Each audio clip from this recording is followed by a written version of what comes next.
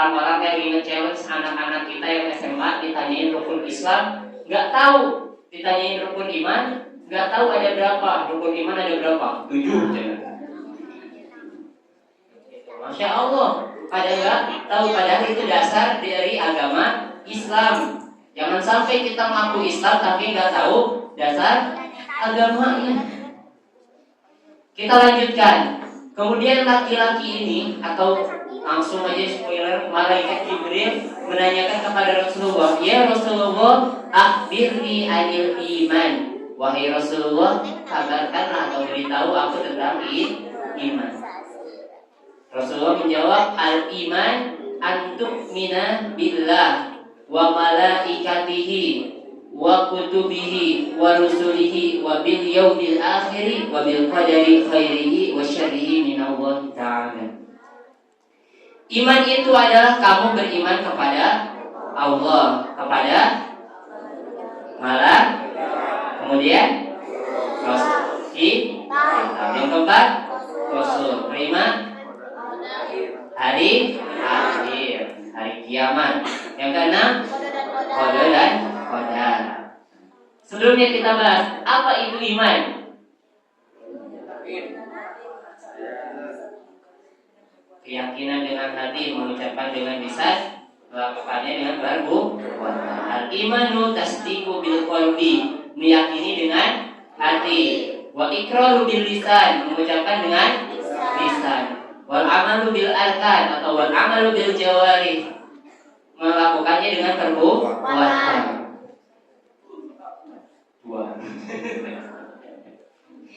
Yang pertama, iman itu meyakini dengan hati. Kita yakin dengan hati kita Allah Tuhan kita, yakin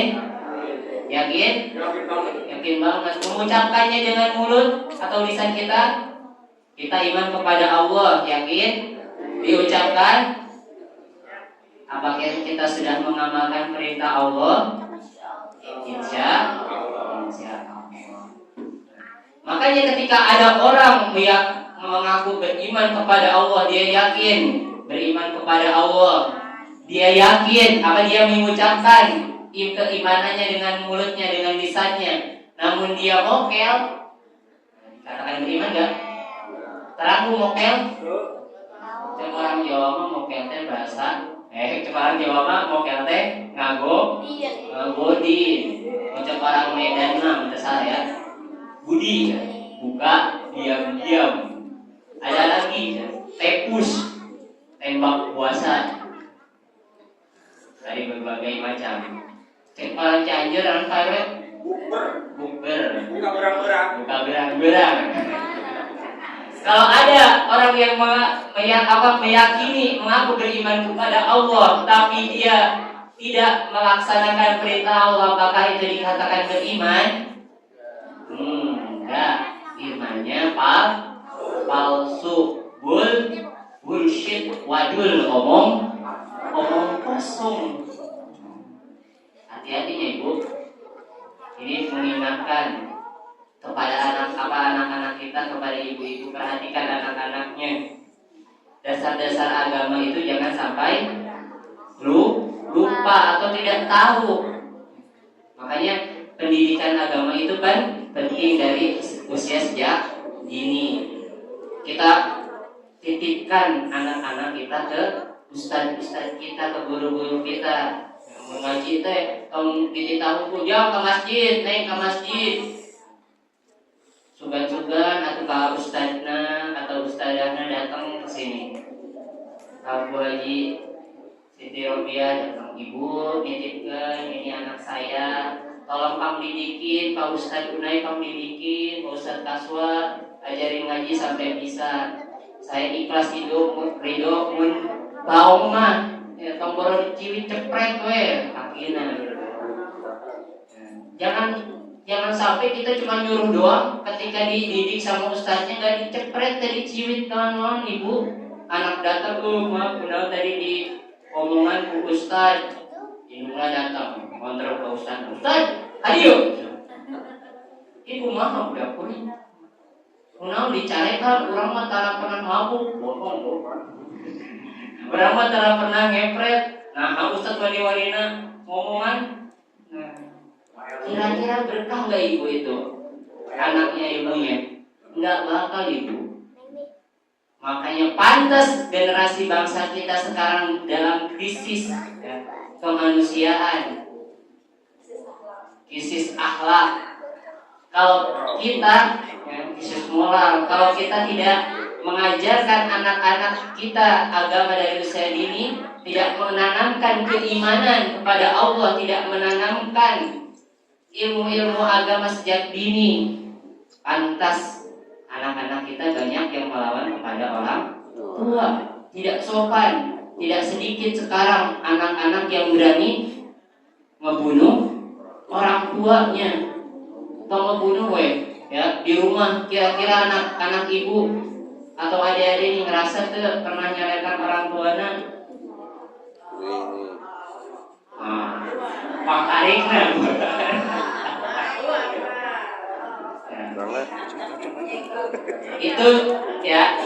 Itu tidak lain tidak bukan karena anak tersebut atau mungkin salah kita sebagai orang tuanya kurang menanamkan ilmu agama kepada anak-anak, kurang menanamkan keimanan atau pendidikan akhlak kepada anak.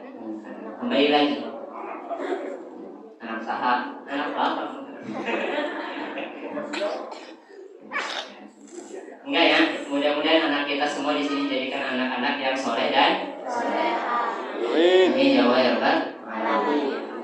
Kembali lagi. Oke. Tadi pertama iman kepada Allah, meyakini bahwa Allah itu Tuhan kita. Kemudian yang kedua iman kepada malaikat Allah. Iman kepada malaikat Allah. Malaikat Allah ada berapa? Cing kurang-kurang bareng-bareng. Malaikat yang wajib diketahui ada berapa? 10. Apa aja?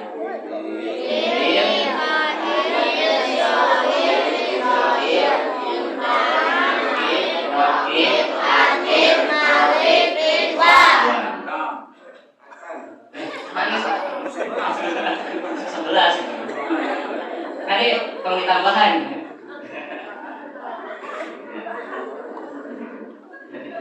ada berapa tadi? Ada 10. Penjaga lawangan sanes malaikat. Kuncen. Ulu-ulu ya. Ulu-ulu. Kuncen lawan. Kuncen karang gantungan. Kuncen binawarga Pak Yusuf. Yang kedua tadi iman kepada malaikat. Kita harus meyakini bahwa malaikat Allah itu ada. Ya, walaupun malaikat Allah itu sifatnya gaib, tidak bisa dilihat. Nah, setiap tetesan wudu ketika kita berwudu itu jadi malaikat ibu. Malaikat itu banyak. Bahkan di sekeliling kita juga ada malaikat. Bahkan di kiri kanan bapak ibu ada malaikat yang selalu mengawasi. Malaikat apa? Malaikat siapa itu yang di kiri kanan? Raqib dan Atid. Anis Atid ya. Malaikat Raqib dan malaikat Atid. Apa tugas malaikat Raqib? Mencatat amal. Malaikat Atid tugasnya mencatat amal dulu.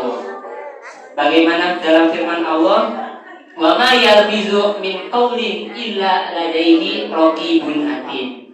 Dan tidak ada yang terlewat dari perkataan kecuali di sisinya itu dicatat oleh malaikat raqib dan atid. Makanya kita dalam berbuat atau beramal dalam keseharian itu harus hati-hati.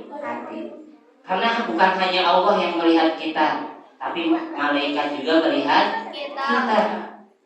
Ketika ada yang menghibah, dicatat amanahnya. Kalau dulu mungkin kita membayanginya malaikat raqib dan atid itu nyatatnya kayak nulis gitu, kayak panjang dan bukunya.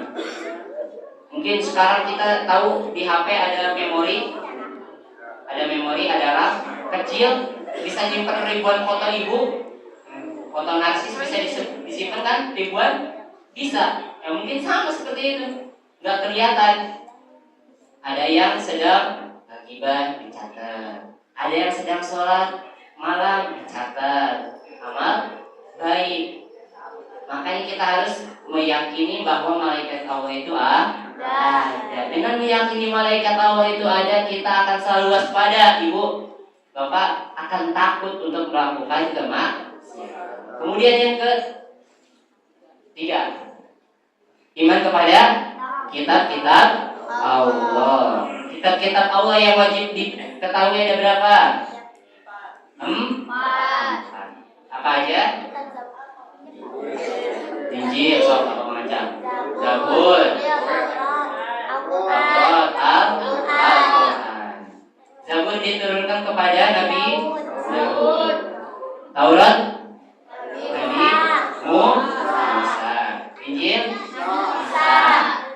Al-Quran Muhammad Sallallahu Alaihi Wasallam. Alhamdulillah ya, anak-anak kita pada tahu ini, Insya Allah. Jadi nanti mau ada yang nge-challenge mau ngerakeun gitu, mau ngerakeun RW 04. Saeulah nu ngadidikna. Aplaus dulu buat Pak RW. Anak kampung santri.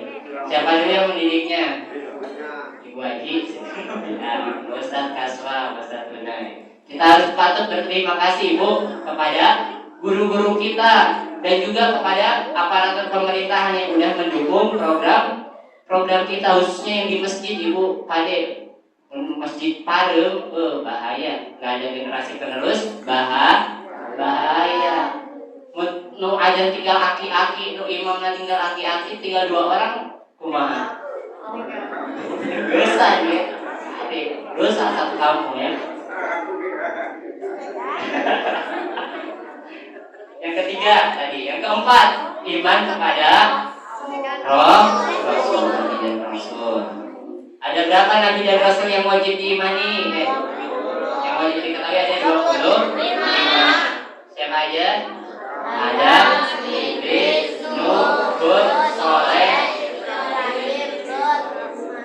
Ishak, Yakub, Yusuf, Ayub, Shu'aib, Musa, Harun, Zulkifli, Sulaiman, Ilyas, Ilyasa, Yunus, Zakaria, Yahya, Isa, Nabi Muhammad sallallahu alaihi wasallam.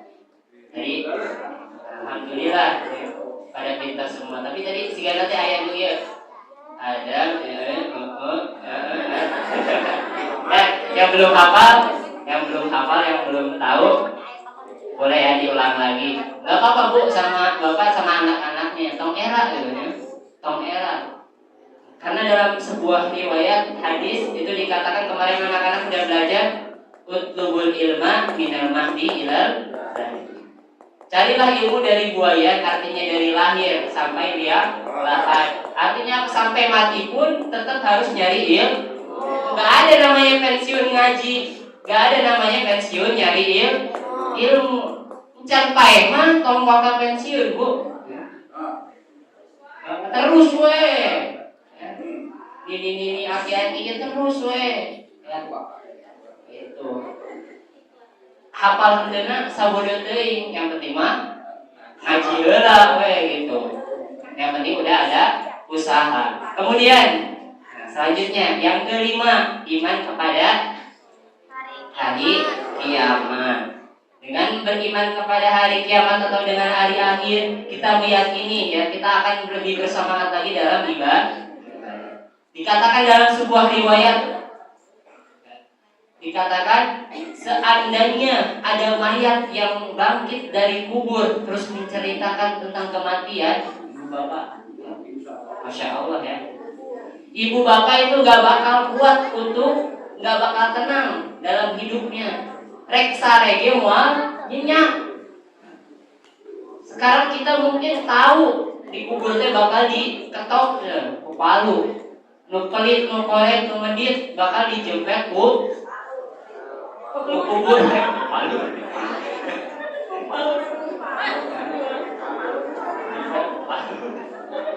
Bakal dicambuk, dimakan ku ular. Sekarang kan kita baru tahu gitu.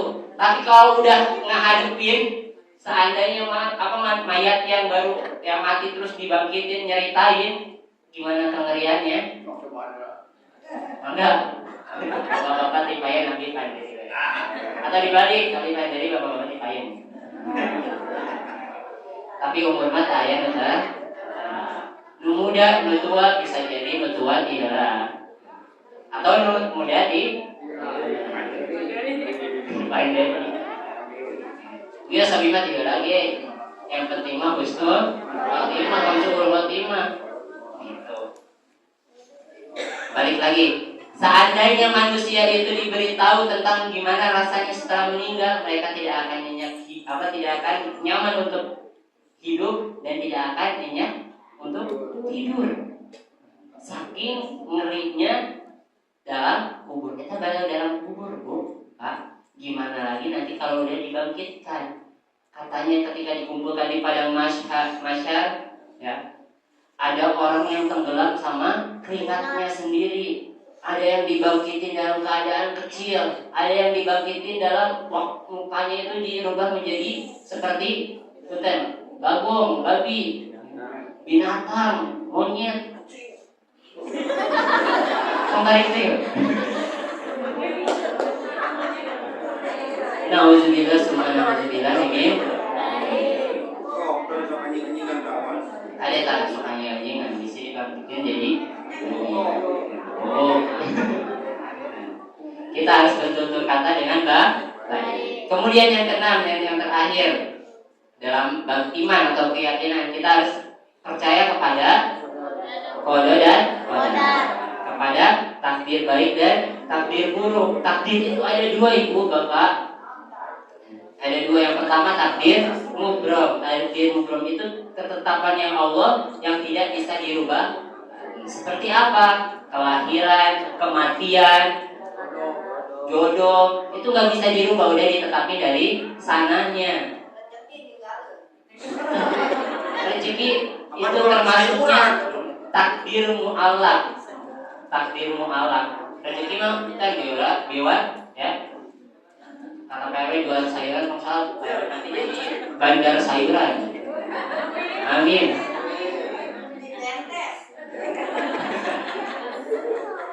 Ya.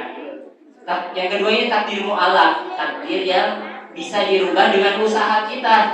Contohnya tadi apa? Seperti rezeki, seperti yang tadi disebutkan. Rezeki itu dicari. Mun kita geus iman takdir ti Allah geus kumaha Allah we cenah. Rek beunghar, rek henteu heup cenah. Rek ismin heup, da kersani Allah. Salah, Ibu. Beunghar mah, rezeki mah, kekayaan itu dicari, diusahakan dan didoakan. Harus ada ikhtiar dan tawakalnya. Mun cicing wae. Bisa enggak kira-kira secara logika we? Mual. Musa cara hakikat sugan-sugan we aya emas jatuh di langit. Mual aya itu tuh.